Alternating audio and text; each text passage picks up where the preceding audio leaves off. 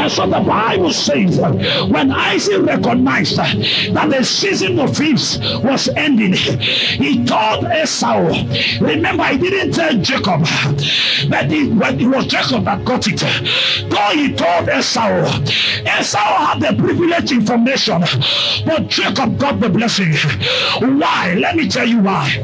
Isaac told Esau, my son, go and bring me the venison, the kind that I like. I finished something in this place.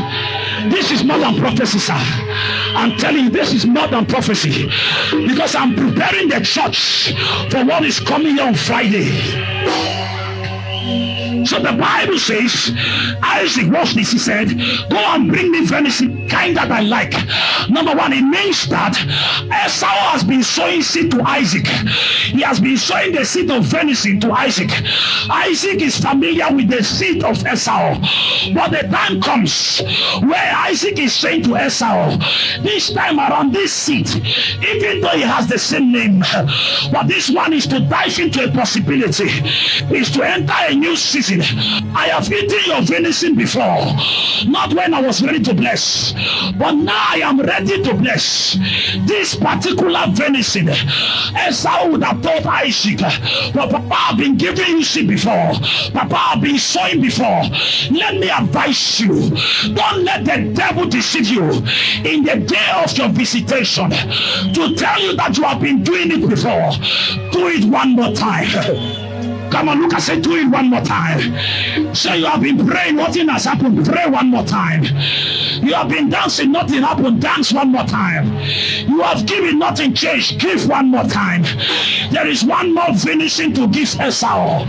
There is one more venison to give that will change your life. The Bible said, why Esau went to bring it, Rebecca had it. When Rebecca had it, she rarely went and prepared it for Jacob. Why? Because Rebecca understands that even though God prophesied to her that Jacob will lead, if Jacob missed this season, the prophecy will be suspended. I'm not sure you are hearing me. I don't know what God has said about you, but there is a season where you must catch it. That if you miss the reality of what God said, you are suspended until another time. And you see your mates are hitting the mark, your mates are making impact, and you are stagnant and you don't know why. You think you are better than them, but nothing is changing. You are praying in the wrong season. Oh my God. I told them online, I said, listen to me. Everything I am seeing in my life now, I didn't pray about them now. These are depositions of prayers I made that ago. I said, if you are praying now for what you believe now, you are already late.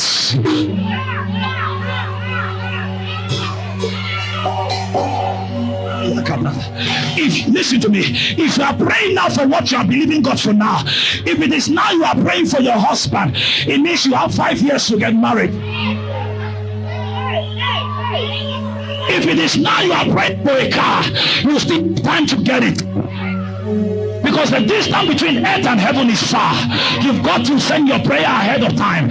A time came when the Bible says an angel of the Lord appeared to a man called Cornelius. He says, Cornelius, your prayers and your alms have arrived. Cornelius didn't send it that day. It has been traveling. There is a distance in the spirit that even prayer has to travel by the distance.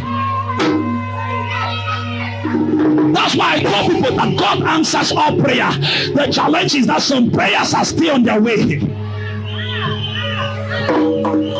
So you don't get discouraged that you have prayed and God has not answered. For instance, before we go to the place where we are, I began to make declarations that nobody can take me to court in this environment. Because if I pray the prayer when they take me to court, I am late. You sustain. You see, believers are late.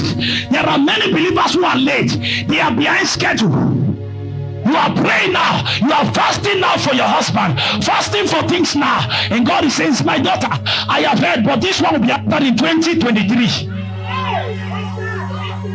So if you had prayed in 2010, you can expect an answer now. Who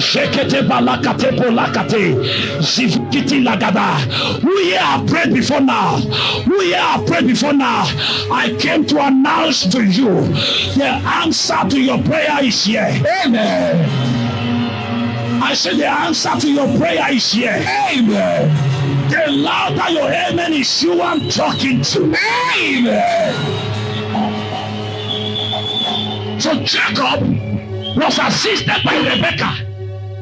Jacob has never given to Esau, to Isaac, but he gave in the right season. Regardless of the fact that he has never given anything, he got the right season. When my father came to the church, I begged him to enter my office. He made declarations. On Monday, I went to see him. I gave him good, handsome seat to secure that season. When I came back, watch this. I came back. As I meet that first day online in my office, my father stood in my office and says, massive resources. So I sat in my office. And because since my father spoke that word to me, my father was with us on Sunday. Today is what? If I tell you how much has entered me, I sat down. I'm going to my message very soon. Some of you, you do things without understanding, and that's why you don't get the result. God has privileged me with little understanding about spiritual things. When I do things, I know the repercussion and I know the result I'm expecting. So I started my office and I ministered to these people. I just preached. Nothing I did, no prophecy, I just preached. Sound word. The next morning, that was yesterday morning, I woke up. One has written me, sir, I was so blessed by your message. Please, can I send something small? I said, no problem. Who am I to deny? Who am I? Am I number? Who am I to deny? Sir, as I left my office, my house, going to my office, I heard tingini. As I checked my phone, she has sent small 567,000 francs. I'm not exaggerating. I showed my son. I said something is happening. There is massive resources. And this night, while I was ministering to them before coming here, I have checked my phone. Momos are just entering. God told me it was a season. I don't care if I've ever given to my father before. I don't care if I've ever made sacrifice before. A time comes, listen, before God told Abraham to sacrifice Isaac, Abraham had been making sacrifices before. Don't allow stinginess and greed make you miss a season in your life. We are building church, yet I'm going to honor my father with that amount of money.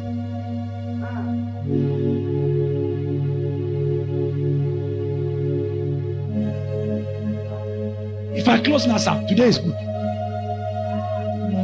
I want to charge your spirit.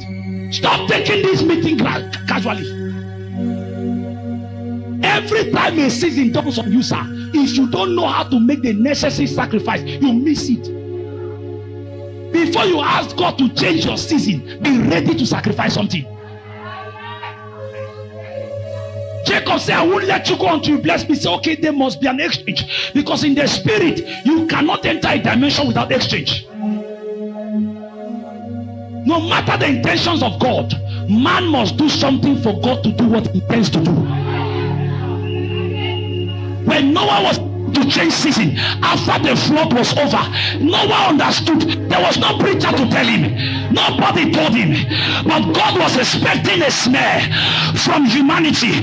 God was expecting a smell, an aroma from humanity, from the side of earth, so that it can echo from the heavens.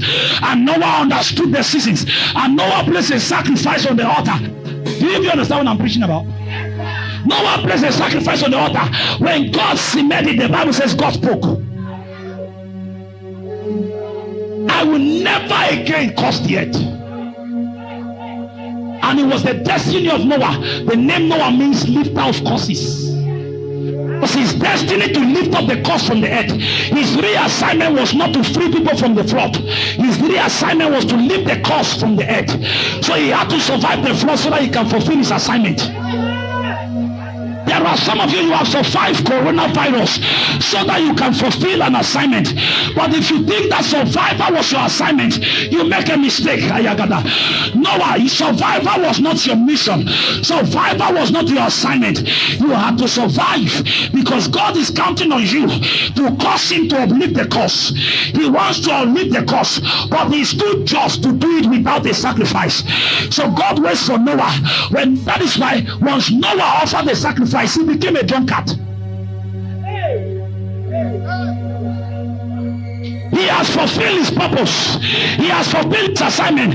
Now he can drink and drunk. And you are there laughing at Noah, not knowing that Noah has finished his syllabus. And now he's living in his season of reward. And you, the children, are laughing at Noah. That's why I pray for our generation. There are fathers we look at. We don't know that they have finished their syllabus. And in your mind, you think just they have finished and God has given them a tick. Whether they get drunk now anyhow, Pastor has their name in his book of well done, good and faithful servant, because they have finished their syllabus. You are laughing at them, insulting them because you have small mentality. Your spiritual capacity and antenna is so low. I'm speaking from my spirit. By showing my note is nothing of this. God told me when your father comes, I'm ushering to a season called Hear Ye Him. No, you need to hear God now. Hear Ye Him. A season like that needed to come for Jesus. From 0 to 2 years, nobody heard him. When he encountered John the Baptist, Kapala Gadisha, a new season break, Prakata. Bible says, and a voice echo from heaven. Now this is my beloved son. There is a season of beloved son, a season where God alters that word, but you must catch the season. You must catch it. We take things casually. Men, prophets, are carriers of divine seasons. I told them, I says, a prophet doesn't go to a place because he was invited. According to scripture, a prophet goes to a place because he has a word from God. So those who are sensitive, whenever you encounter a prophet, you know that this was not based on your invitation.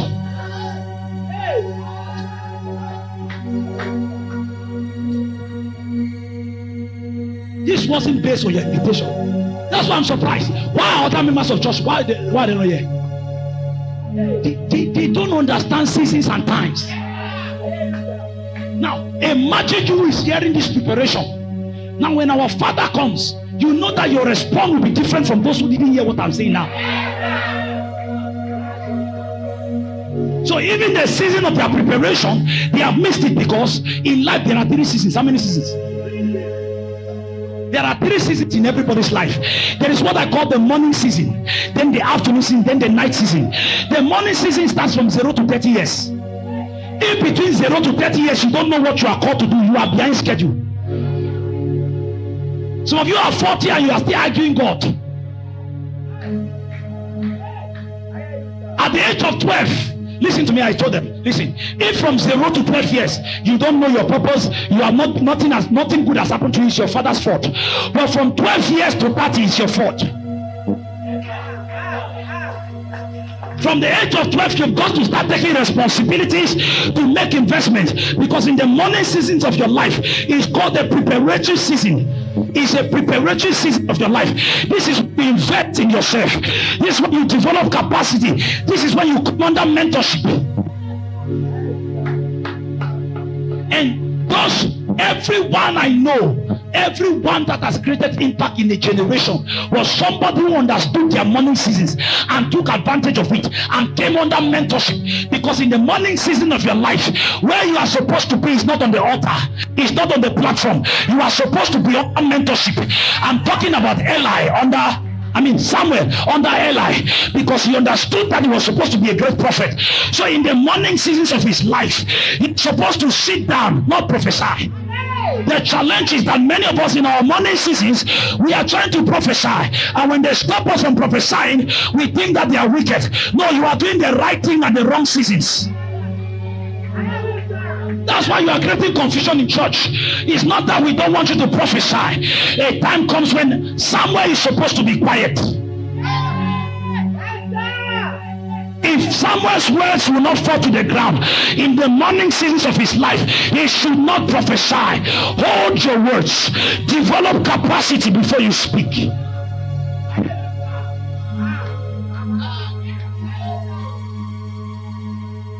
Many of us in our morning seasons, we are fighting with our mentors.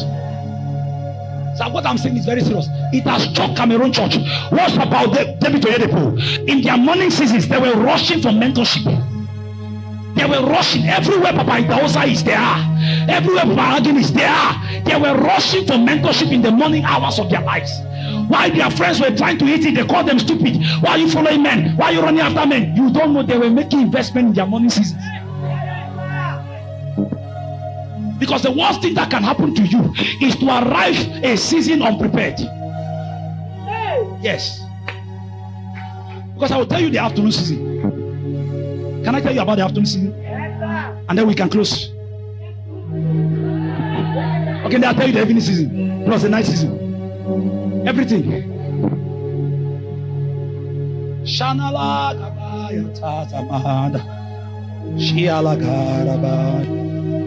So if you are not prepared in the morning season, watch what is going to happen. Now you get to the afternoon season. Jesus said this. He says, I must do the work, because the afternoon season is a season of work. If you sleep in the afternoon, you will end up poor in the evening. There are many of us who are sleeping in our afternoon. You see. So Jesus says, why it is day, we must walk the walk of him that sent us, because the night season cometh when no man can walk, regardless of your gift and talent, regardless of your PhD. A time comes when no man can walk.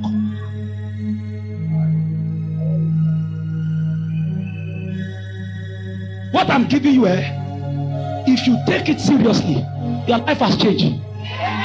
These are the seasons where you make investments. These are the seasons where you sow the right seeds. That in the afternoon season.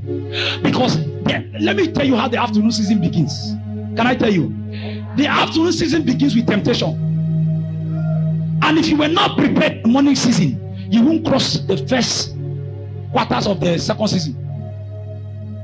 When the voice was echoed at 30 years over Jesus, Bible says he was led by the Spirit into the wilderness to be tempted of the devil. The word tempted, that means to be tested. Are you qualified for the next level? We will know if you are qualified by the tempter. So God employed the tempter. It was not the devil that came by his own will. It was God that led Jesus there and organized a temptation ceremony. A temptation ceremony. You let us test whether this thing that you have gone. The Bible says, read your Bible. The Bible says in Luke chapter 2, I believe, he said the child Jesus grew. He grew in wisdom, meaning in dimension. He grew in stature. I wish I could talk about that, because there are some of us, the challenge is that we have grown in age, but we have not grown in stature. Bible didn't say he grew in age, he grew in stature. I told my children, I said, listen, the worst thing that can happen to you is for God to make your name great and your stature is small. People hear from you from far. They are sharp, powerful man of God.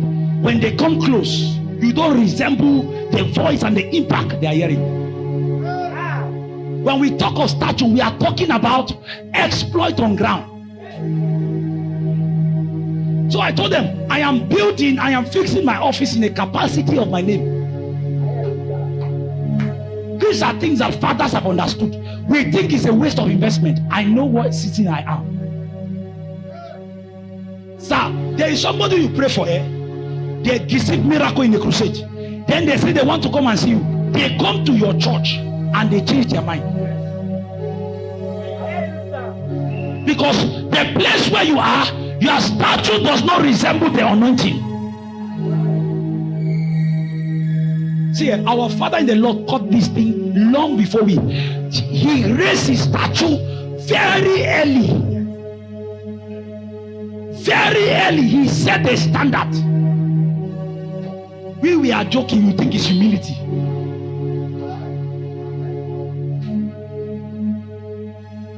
You think it's humility. There are people who have entered my office now. They see the office. They saw me see, Papa, your office. I'm not yet finished with the office. Oh, see the way they're looking at me. You think it's vanity? Yes. You think it's vanity. Some of you, when you see how beautiful this church is, your mind is telling you, why spend this money? You have no idea. The last time I came here, I couldn't preach like this. What you don't understand, the stature of the church has shifted. The way I'm speaking is different.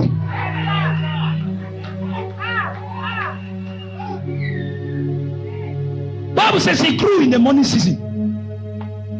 And everyone in scripture that created impact grew. Samuel grew. John the Baptist grew. All of them grew. And in stature, in wisdom, and in favor with God and man. Another day, maybe tomorrow, I will deal with stature and favor with God and man. You understand? Because some of you think that all you need to grow in is favor with God. So you pray to God very well and despise man. If God favors you and man denies you favor, you will be stranded on earth.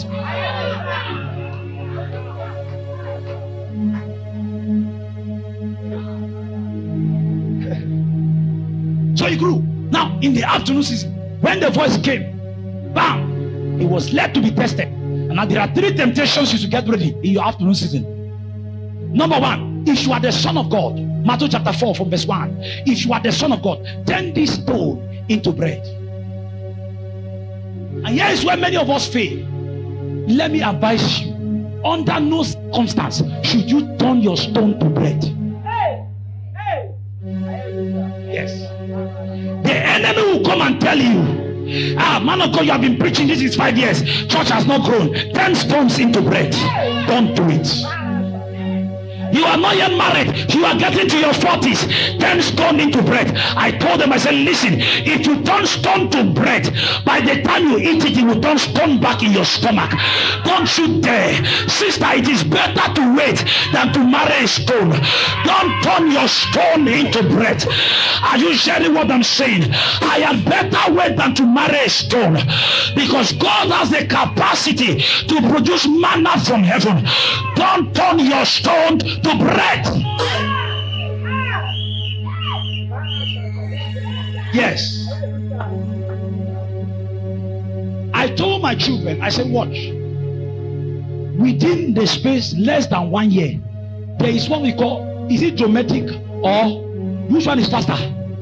Dramatic progression, dramatic dimension. We have seen dramatic dimension of growth. We were in a hall that could take only about 200 and something persons. God said to me, a season is coming. Build a hall for 1,000 something. We now build it is 1,500 hall. Now the hall is almost becoming small in less than 1 year. Now imagine that I turn my stone into bread.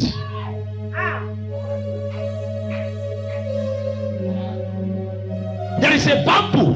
They call it Chinese bamboo. Chinese bamboo can take 4 years to grow like this. 4 or more self. Then when it has reached this height, in 1 year it grows. Why? Because the wisdom of the Chinese bamboo is that if I can send my roots to far distance before I go up, nothing can bring me down. That's one of the bamboos. No matter how you bend it, it comes back, because its roots have gone far. Am I wasting my time? In the atmosphere of Jesus. As I'm speaking like that, seasons have been created. So that's the first temptation. Turning stones to bread. That's why you hear it, because people are putting you pressure. You now marry a man that your pastor said don't marry. because you are under pressure. And Satan will always send tempers. Then if he makes sure he doesn't succeed there, the next thing he does to you is to carry you right up and tell you to jump. He shows you a possible future and tell you to jump. He took Jesus to the pinnacle and said, jump. After all, God has said. God has said he will send his angels to catch you, of course. Can I speak to you? The devil understands that God is a God of process. He knows that if you jump, God is not going to catch you, not because he's wicked. It's because when you skip process, God is not with you. So he's trying to trick Jesus to jump. Like many of us are skipped. We are, because of pressure, because of what our friends have achieved, we have jumped stage. We have jumped a stage and we're not prepared. We jumped, we skipped. Stay at your level. God spoke to me. He says nobody is better than you because you are not better than anybody, because you are nobody else and nobody else is you.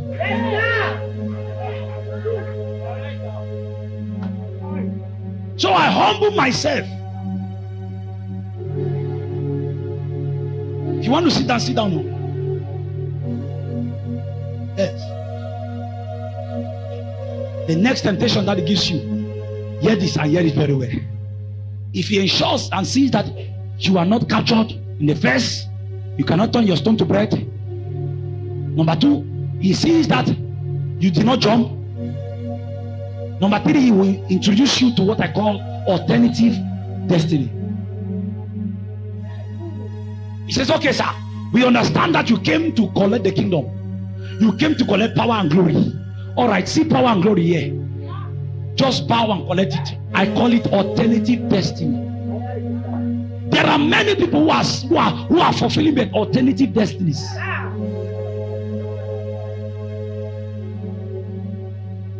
Because of impatience. And that's because the way we calculate success in the kingdom is wrong. Our calculation of success is wrong. Very wrong. We think that somebody is successful when they have more cars. So the enemy comes and gives you a car and you say you are successful. Can I tell you how success is calculated? If I ask you a question, there was a woman in the Bible called Anna. How many of you know Anna? The Bible says her husband died very early. She dedicated her life to intercession in church. She didn't build a house. She didn't get a car. None of those things. In fact, no child. But she was successful. And her name was written in the Bible. Now you have cars. Nobody knows you. Heaven does not even have your name. So the way we measure success is wrong. And we push people into temptation by the way we have measured success in the kingdom of God. Now listen, for instance, if God has called a young man to be an intercessor in church, now and then God has called another boy like this one to be an entrepreneur, and called another to be an intercessor. Now listen, the measuring rod for their success cannot be the same. It means that God will give him grace to make money. So definitely in terms of money, he will have more money than the intercessor brother.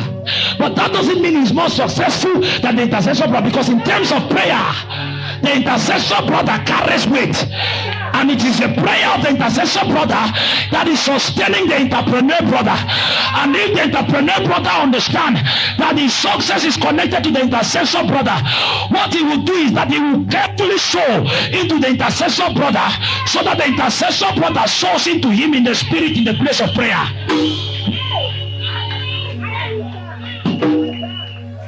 But today what is happening is we are pushing everybody out of the church to go and join network marketing or something, make money. It's because of stinginess. If those who are having anointing to make money understand that we need prayer in order to be sustained out there in the world, that's what the church is failing in the world. Because everybody wants to be an entrepreneur, and the altar of prayer has been forsaken. And because the altar of prayer has been forsaken, our entrepreneurs are being defeated. Because no matter how spiritual you are, If you are not called as an ordained intercessor, there is a prayer you pray that will not be able to deliver you from the devils in the world. You need somebody anointed and mantled with prayer anointing to pray for you and for you to succeed. Is somebody hearing me? So we are measuring success wrong, and so we want everybody to bring money. Not everybody in church brings but money. There are some whose deposit in the church is the prayer bank. Their deposition in the church is prayer. They call for offering, they never come out from offering. But when they call for prayer, they are the first to stand on the altar. Father, I don't have money, but I have a voice to pray. And if there is a man to pray, there is a God.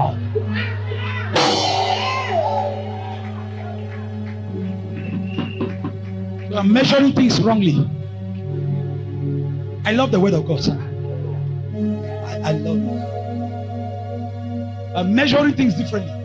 That's why there's ungodly competition. Paul says, are you not foolish? Comparing yourself one to another. Yes, those that measure themselves by themselves are not wise. And the reason is because we have miscalculated success. A young man that was supposed to be one of our Frank Edward in town, in this nation, he sang a song, you must be born again, oh, now by force. You must be born again. Many songs, powerful songs. He once visited our church and started attending church. I told him, stay, let God prepare you and raise you. Ben told him that pastor was using you. Pastor is using you. I asked him, if pastor doesn't use you, you'll be useless. So you have to pay me for using you and making you useful.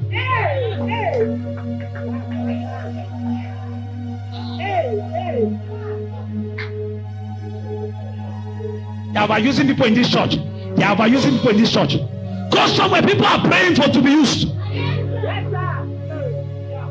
So they advise a young man, go and look for your destiny. Go and look for your purpose. I said, purpose is not look for it, it is discovered. You don't create it.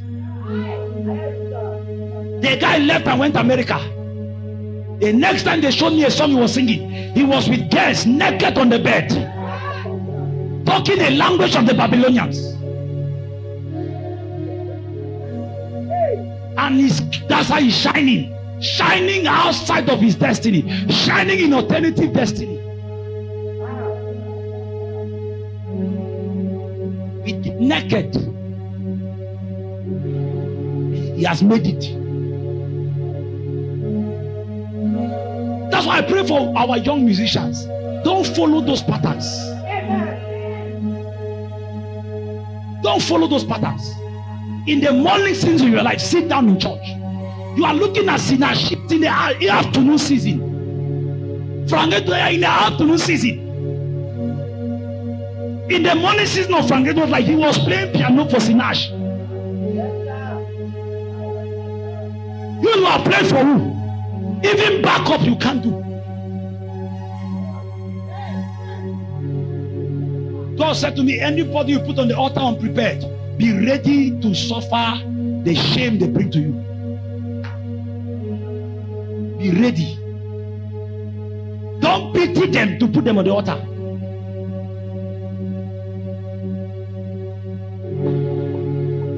Bible says when Jesus overcame all the temptation. Now watch this. Do you know that the devil is strategic? Temptations come based on desires. It was when he was hungry that they said turn stone to bread. Your greatest desire is where Satan will come and test you. Now that you are so hungry for a husband, he will bring one stone brother. He will come with one car that he borrowed. They ask you, what does his brother do? He says from Dubai. He's Dubai job. What does he do from Dubai? What does he do? He's from Dubai. What is his plan for you? He's making my papers.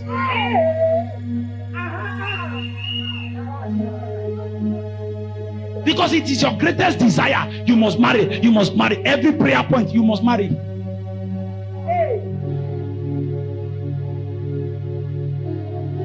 When you overcome this season, you are done with the temptation.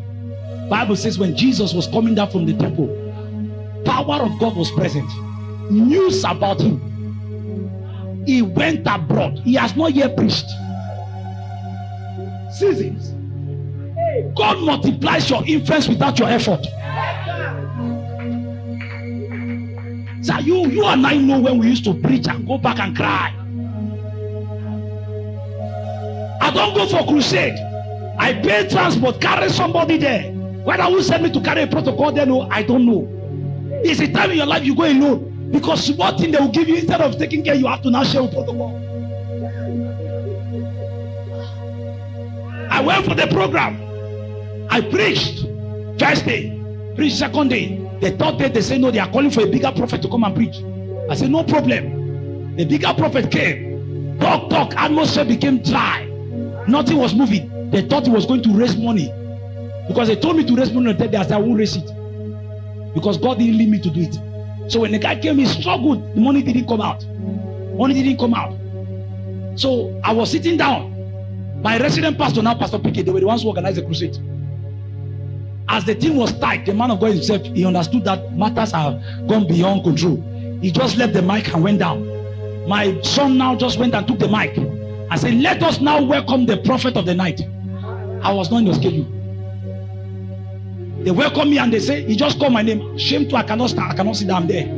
I went there with one shirt. I was wearing a one shirt that was bigger than me. See, the shirt was big, then the trouser. It was trouser. This one is called this one is not trouser. This one is. Yes. Like that, one line shirt. You know that satin shirt there? It was raining. If you didn't have satin, you were not a pastor. Satin. You can put on red satin like that. Yes. With white shoe. Because if you are not wearing white shoe, you are not anointed. What are you talking about? I took the mic. I began to preach. In fact, I didn't even preach. I just sang a song. I began to prophesy. People were crying. They came and were throwing their phones, money, things on the table. The mama pastor said, when they finished doing all that thing, money that came without me calling. I took one phone. They gave me 10,000 francs, sir. The man of God that came one night, they gave him more money. They gave me 10,000. And that 10,000 include my transport. So I took one phone to go and use. They followed me at the back and collected the phone. If it is not your season, it's not your season.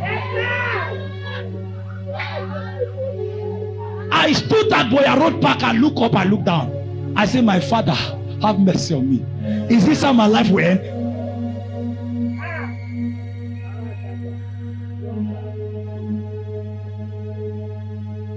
But the time comes when you have overcome all the temptations. Then I was tempted to turn stone to bread. That says I would. There are many who got to that place and turned their stone to bread. I started selling bread and sardine to survive. I opened a restaurant to survive. Since preaching was not surviving me, that to turn my stone to bread, let me endure. And today, let us pray. These things I've spoken, I'm not lying. These things I've spoken, it has created an atmosphere.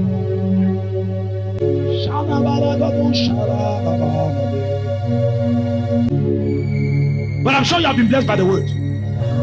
Say, my Father, help me not to miss my season. Open your mouth and pray the prayer. Help me, Lord, not to miss my season. Shakata bekete sikata, rekete bokoto shakata. My Father, help me, Lord, not to miss my season. Sheketi nakate, santelo krishakata. Help me, Lord, not to miss my season. Oh God, are you praying or you are playing? help me, Lord, not to miss my season. Are you praying or you are playing? Not to miss my season. I can't hear the intensity of your prayer. In the merciful. Help me, Lord, not to miss my season. Father,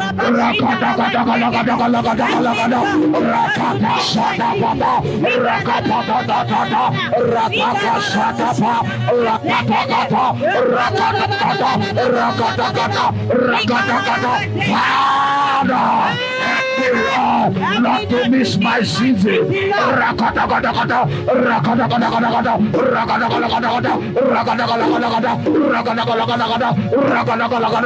My God, help me, Lord, not to miss my season. Rakadada, rakadada, rakadada, rakadada, rakadada, shatakadagada, rasapapa, rakadagada, rakadagada, rakadagada, rakadagada, rakadagada, rakadagada. Father, help me, Lord, not to miss my season. Rakada, rakada, rakada, rakada, rakada, rakada, rakada, rakada, rakada, sarada, rakada, rakada, rakada, In rakada. Jesus' precious name.